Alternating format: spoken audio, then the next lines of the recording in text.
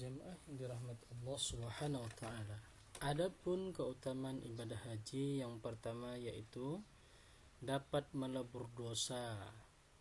Mengerjakan ibadah haji dapat melebur dosa. Abu Hurairah radhiyallahu an berkata, Nabi Muhammad sallallahu alaihi wasallam bersabda, barang siapa yang berhaji karena Allah, kemudian dia tidak bersetubuh dan berbuat kemaksiatan, maka dia pulang ke negaranya seperti anak yang baru dilahirkan ibunya. Hadis riwayat Bukhari dan Muslim. Nah, keutamaan yang kedua yaitu mendapat balasan surga. Ini diriwayatkan oleh Imam Bukhari dan Muslim dari Abu Hurairah radhiyallahu an, berikut bunyi sabda Rasulullah SAW yang artinya, umrah dan umrah yang akan datang dapat menghapus dosa, menghapus doa maksudnya di antara keduanya. Haji yang mabrur tidak ada balasan baginya kecuali surga. Hadis riwayat Bukhari. Yang ketiga yaitu haji sebagai jihad. Jadi haji itu juga termasuk dalam jihad. Ya, kita datang dari jauh, negaranya jauh, ke Arab sana, masuk sana sini, ya, kita sama dengan berjihad. Dari Hasan bin Ali dikatakan ada seseorang yang menemui Rasulullah SAW. Kemudian dia berkata, wahai Rasulullah, sesungguhnya aku adalah orang yang penakut dan lemah. Rasulullah SAW berkata padanya, mari berjihad yang di dalamnya tidak didapati duri, yaitu haji. Hadis riwayat Abdul Razak dan Tabarani. Nah, keutamaan yang keempat yaitu menjadi amalan yang paling utama. Keutamaan haji lainnya yaitu amalan yang paling utama, ya. Di dalam hadisnya itu beriman kepada Allah dan Rasulnya. Beliau ditanya lagi setelah itu apa, Rasulullah SAW menjawab, berjihad di jalan Allah, haji mabrur. Haji mabrur ialah haji yang tidak disertai dengan perbuatan dosa. Haji dikatakan mabrur jika selesai mengerjakan haji maka orang tersebut semakin zuhud hidupnya, tidak tergoda dengan gelimang dunia dan lebih mengedepankan kehidupan akhirat. Nah, yang kelima, orang yang melaksanakan haji adalah tamu Allah. Orang-orang yang berhaji dan umrah adalah tamu Allah. Jika mereka berdoa maka Allah mengabulkan doanya, dan jika mereka memohon ampunan maka Allah pun mengampuninya. Hadis riwayat Nasa'i, Ibnu Majah, Ibnu Hibban dan Ibnu Huzaimah. Nah, yang terakhir ya, keutamaan haji yaitu biaya yang dikeluarkan untuk haji sama seperti biaya jihad. Biaya jihad. Keutamaan selanjutnya dari melakukan ibadah haji itu yaitu biaya yang dikeluarkan sama dengan biaya jihad. Dalam sebuah riwayat Rasulullah SAW bersabda, nafkah saat haji sama dengan nafkah dalam peperangan, ya, di jalan Allah. Setiap ihram bernilai 700 kali lipat, ya. Hadis riwayat Abu Syaibah, Ahmad, Tabarani dan Baihaqi.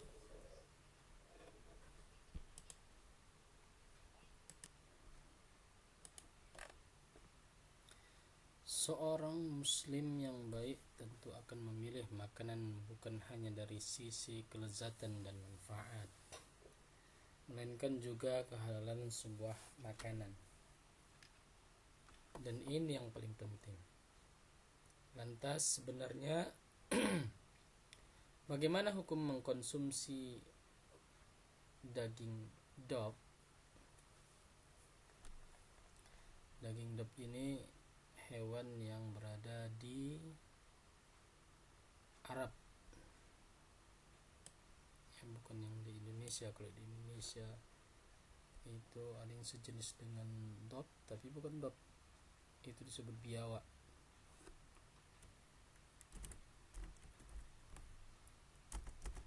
Dog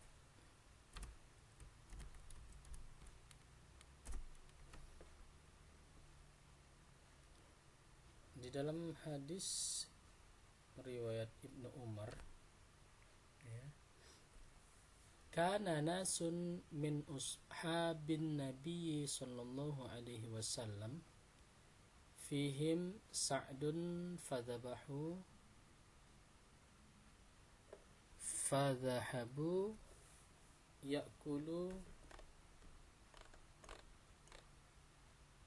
ya'kuluna min lahmin fanadathum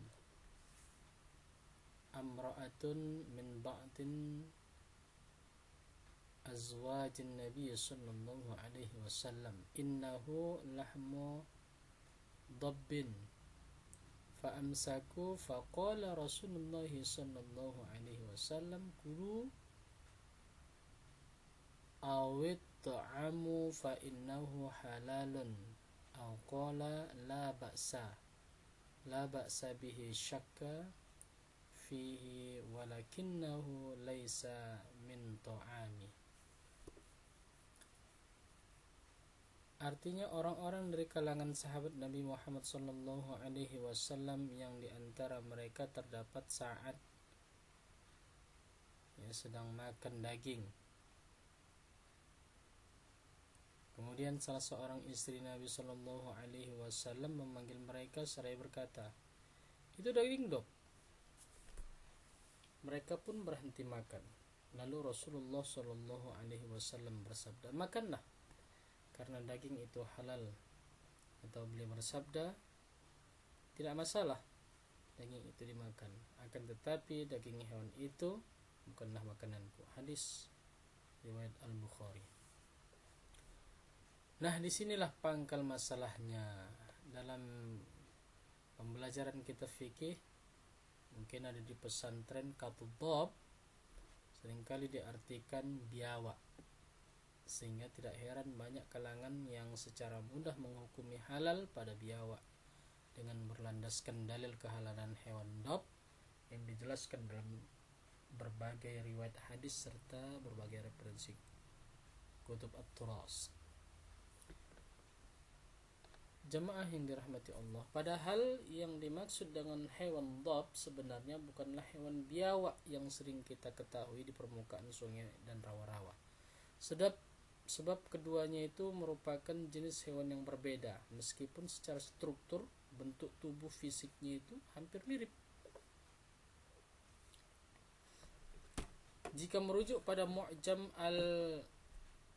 al-Mu'asirah, kata dhab lebih tepat diterjemahkan sebagai kadal gurun, atau bahasa ilmiahnya Oromastyx. Ia masuk genus reptil dari ordo kadal, dengan ciri-ciri tubuh kasar dan tebal, memiliki ekor yang lebar seperti gerigi. Dhab berhabitat dan tumbuh banyak di daerah gurun negara-negara Arab. Ya, jadi dhab ini adalah hewan gurun. Yang di gurun itu jarang ditemukan air. Ya. Mereka makanannya itu utamanya adalah tumbuh-tumbuhan. Jadi dari tumbuh-tumbuhan itulah ada air. Serap situ dari air yang mereka minum dari tumbuh-tumbuhan. Jamaah yang dirahmati Allah, jadi hewan tadi bergantung pada tanaman sebagai makanan dan minumannya. Nah, dalam istilah Arab, hewan biawak yang diartikan dengan kata al-waral. Jadi biawak itu pun ada juga di Arab, tapi mereka menyebutkan al-waral. Ya. Kalau dalam mendeskripsikan hewan dhab, nah, Imam Al-Kulyubi menjelaskan, ya, qauluhu wadhabbun wa huwa hayawanun yushbihul warala ya'ishu nahwa 700 sanah wa man sya'anihi annahu la yashrabul ma'a wa annahu yabulu fi arba'ina yawman marratan wa annahu al-unsa minhu farjani walidh-dzakari dzakarani. Binatang dob adalah binatang yang menyerupai biawak. Jadi dob itu hampir serupa dengan biawak. Dan hidupnya itu sekitar 700 tahun yang lalu, dari 700 tahun yang lalu. Sebagian dari spesifikasi binatang ini adalah dia tidak minum air, dan kencingnya pun satu kali dalam 40 hari. Ya, selama 40 hari dia kencingnya cuma sekali. Mungkin sekali kencing itu satu ember. Hewan dob yang betina mempunyai 2 alat kelamin, dan yang jantan pun mempunyai 2 alat kelamin. Ya, ini di dalam kitab Syahabuddin Al-Kulyubi, Hasyiyah Al-Kulyubi ala Al-Minhaj. Ya.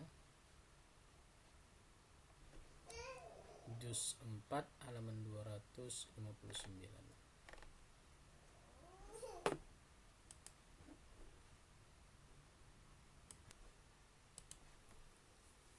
Sebagai agama yang sempurna, Islam mengajarkan untuk memuliakan semua makhluk hidup, terutama sebagai sesama manusia. Anak yatim adalah salah satu yang dianjurkan dan dicontohkan oleh Rasulullah SAW untuk disantuni. Untuk itu ada banyak keutamaan yang bisa didapatkan seorang muslim jika menyantuni anak yatim. Anak yatim hidup dengan kondisi yang sudah ditinggalkan seorang ayah serta kesulitan untuk memenuhi kebutuhan sehari-harinya. Untuk itu, tidak heran jika memang Islam memerintahkan kita untuk menyantuni anak-anak yatim, dan jangan sekali-kali memakan harta anak yatim.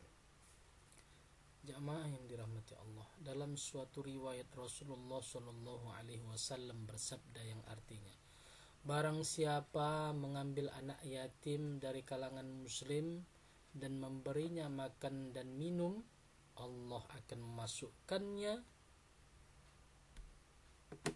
ke dalam surga, kecuali apabila ia berbuat dosa besar yang tidak terampuni. Hadis riwayat Tirmizi. Nah, hadis ini menunjukkan betapa mulianya orang-orang yang mau menyantuni anak yatim dalam kehidupannya. Pahala dan surga menjadi jaminan bagi mereka, karena amalan yang telah dilakukan tersebut, termasuk jika kita ingin memberikan sedekah dan zakat untuk anak yatim sesuai dengan ketentuan golongan penerima zakat menurut Islam, maka ada keutamaan tersendiri.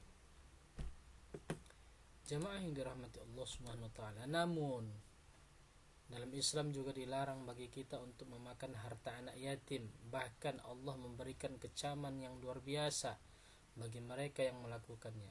Apalagi anak yatim biasanya membutuhkan dukungan, membutuhkan bantuan, membutuhkan perlindungan lebih saat ayah atau orang tuanya telah tiada. Dalam sejarah masa lalu, tentu ada orang-orang yang tega berbuat hal tersebut, berbuat keji kepada anak yatim. Nah, di sini akan saya jelaskan mengenai hukum memakan harta anak yatim dalam Islam. Ayat dan hadisnya tentang memakan harta anak yatim, di antaranya dalam surah Al-Maun ayat 1 sampai 2. A'udzubillahi minasyaitonir rajim. Bismillahirrahmanirrahim. Ara'aital ladzi yukadzibu biddin fadzalikal ladzi yad'ul yatim. Tahukah kamu orang yang mendustakan agama? Itulah orang yang menghardik anak yatim.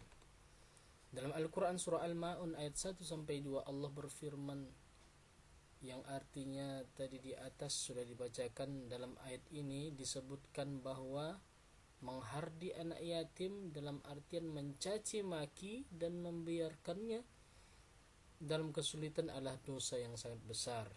Untuk itu janganlah mengambil hartanya, memakinya sama saja Allah memberikan kecaman yang luar biasa. Untuk itu sayangi dan berilah perlindungan